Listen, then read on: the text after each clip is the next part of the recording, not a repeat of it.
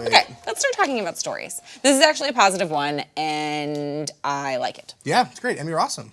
Emmy Rossum, she's amazing. I love her. She is on Shameless.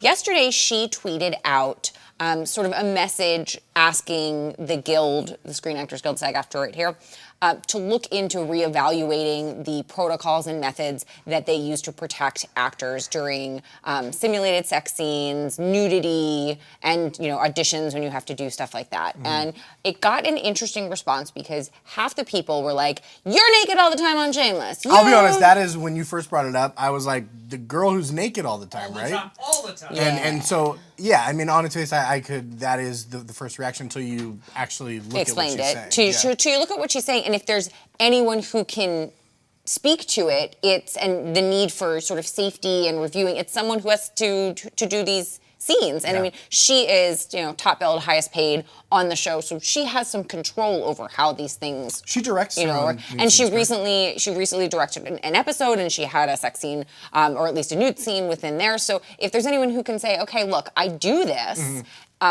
we need to sort of review it. And so a lot of her fans kind of came to her defense and were like, people who are sort of dragging her through the mud with this, listen to what she's saying. We're not gonna erase sex scenes from film and television. They're telling, stories. And relax. Woo. That's a close one. Bang. We have to make sure that there's a safe space in which to do it. Especially for young that's her actors. point. A lot of people come into the industry and you go to a casting or whatever, and you're like, all right, take your clothes off, and you're like, oh, okay. Harvey Weinstein. Yeah, and very interesting point, because there's actually a class action lawsuit right now where one of the plaintiffs is alleging that during it was a casting call that they were going to do a sex scene with Harvey Weinstein. Well, not with Harvey, but they were doing. That was the casting call. No one showed up. It was an audition in front of Harvey, and he wanted the woman to take her top off because he wanted to see what she looked like naked, and it was very uncomfortable for the person. And it has to be a space for that, because if you're casting someone who's nude, you need to see them in the nude. Or if you're someone like a runway model, they're naked backstage in front of a zillion people because they're changing their outfits. Yeah. So essentially what Emmy was doing is she's asking the Guild to reevaluate these things and make sure it's a safe space. It's not like the Lollipop Guild. No, relax. I know, but I'm saying I had a weird. Okay, this is like a weird. It's like a tangent, but I don't know. I did Jungle Book way back in the day, and when I did community theater, and I was a lot thinner then, and I was cast as Mowgli, and as part of the audition, I was in there, and they're like, all right, take your shirt off, see what you look like in little skivvies. It was very uncomfortable. So, from personal experience, Gary knows how uncomfortable this is. Yeah. So, I reached out to SAG-AFTRA, and they responded almost immediately. Let me just find that response for you so I don't butcher it.